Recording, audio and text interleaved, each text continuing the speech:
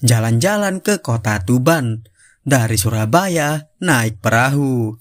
Apa benar Sanji beban? Simak habis pembahasannya dulu.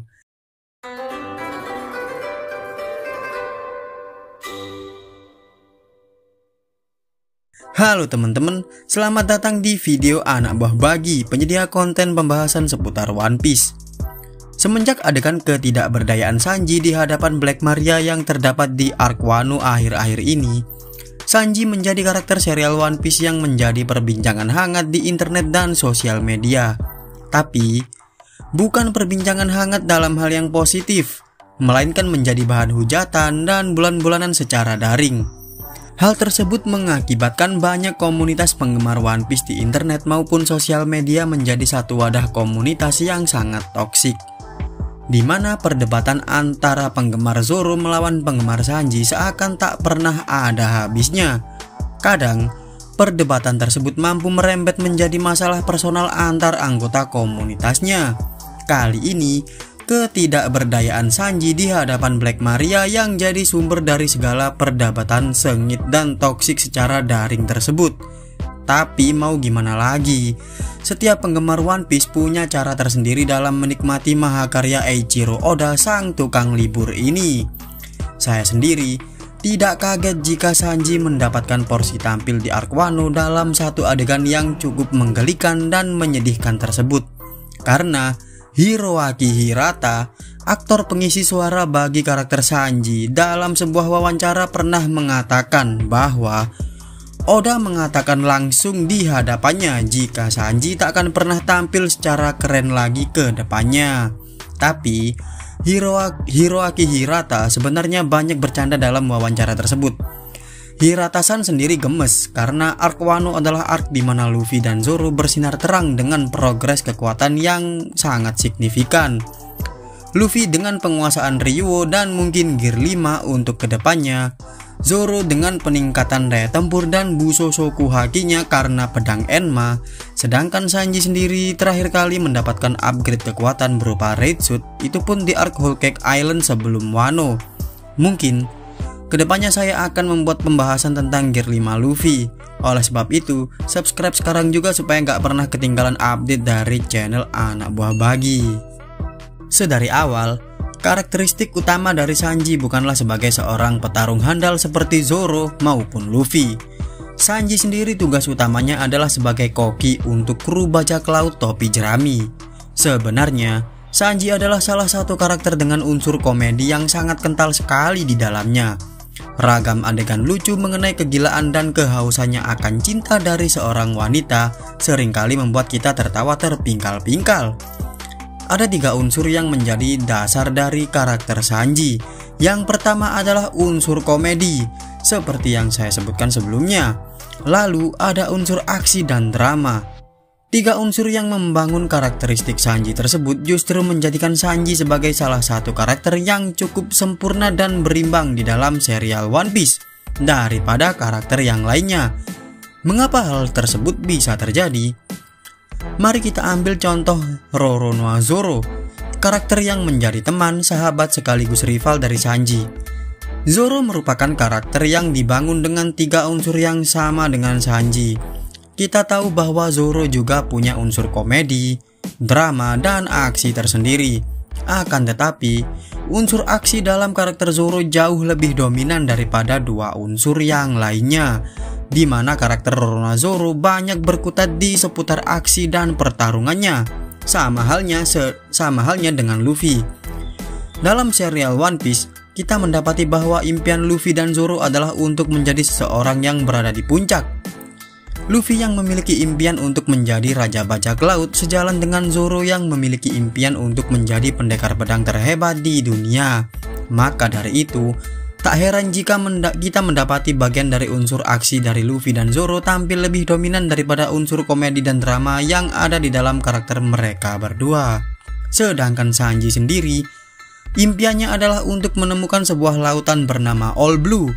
Sebuah lautan di mana semua jenis ikan yang ada di dunia berkumpul di satu tempat. Itulah mengapa kita tak sering mendapati adegan di mana Sanji berlatih untuk mengasah kemampuan bertarungnya demi mewujudkan impiannya. Satu pengecualian untuk hal tersebut adalah ketika Sanji terdampar di Pulau Kamabaka, di mana Sanji menyadari bahwa dia harus meningkatkan kekuatan bertarung dan kemampuan memasaknya untuk membantu dirinya sendiri dan teman-temannya meraih impian yang mereka inginkan. Tiga unsur yang saya sebutkan tadi, yaitu aksi, drama, dan komedi, berpadu dengan sempurna dalam karakter Sanji di sepanjang alur cerita serial One Piece. Pertarungan yang dialami Sanji mungkin tak seapik dan seepik pertarungan yang dialami oleh Zoro maupun Luffy. Tapi, itulah yang membuat Sanji sebagai sebuah karakter yang sukses menghibur kita. Kadang, kita mendapati Sanji dalam sebuah adegan yang keren. Kadang pula kita juga mendapati Sanji dalam keadaan yang lucu maupun menyedihkan ketika gejala ngesimnya kumat. Meskipun Sanji diketahui dan diakui sebagai salah satu dari 3 petarung kuat di kru bajak laut topi jerami yang dijuluki sebagai Monster Trio. Pertarungan Sanji mana ada yang epik. Di arc Alabasta, Sanji sempat membuat saya kagum ketika dia mampu menendang buaya raksasa peliharaan krokodil hingga terbang. Tapi, saat Sanji melawan Mr. Two Bone Clay, rasanya perut saya jadi mules karena kebanyakan tertawa saat menyaksikan pertarungan tersebut. Di arc Enies Lobby, ketika Sanji berhadapan dengan Khalifa, saya pikir di situ Sanji akan membuang prinsipnya demi sahabatnya sebagai kemajuan progres karakternya.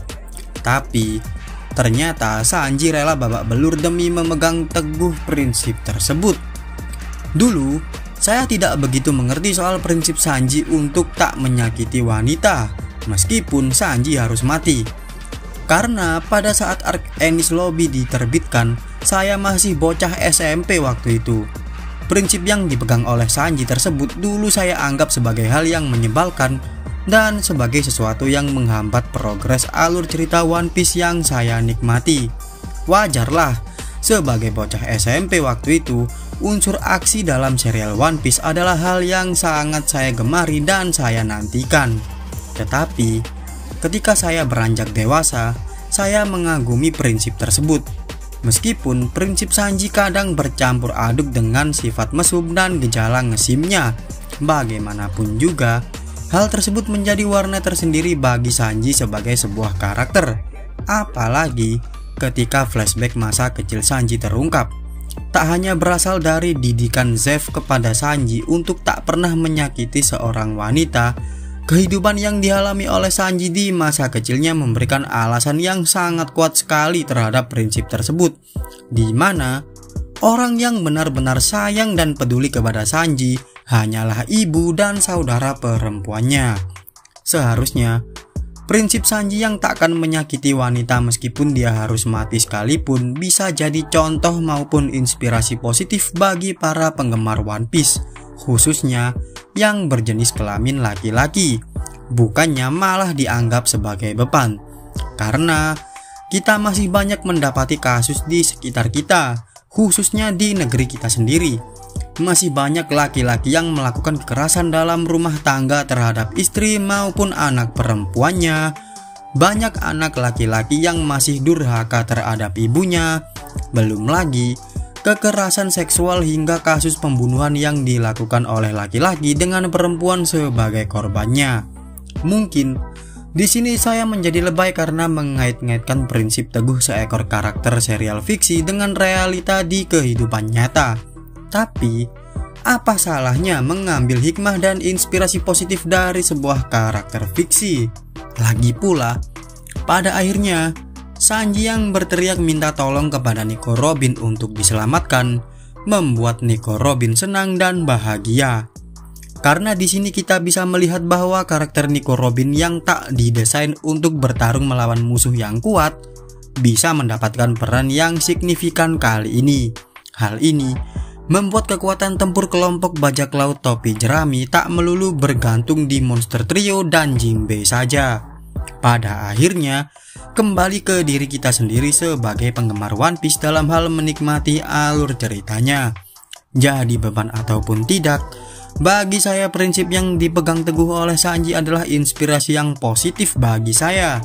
Oleh sebab itu, jika teman-teman tertarik untuk mengetahui pembahasan seputar Zoro dan Sanji yang jauh dari segala hal yang toksik, teman-teman bisa nyimak di video saya yang sebelumnya. Berakit-rakit kita ke hulu, capek banget dayungnya. Pembahasannya sampai sini dulu, sampai jumpa di video selanjutnya.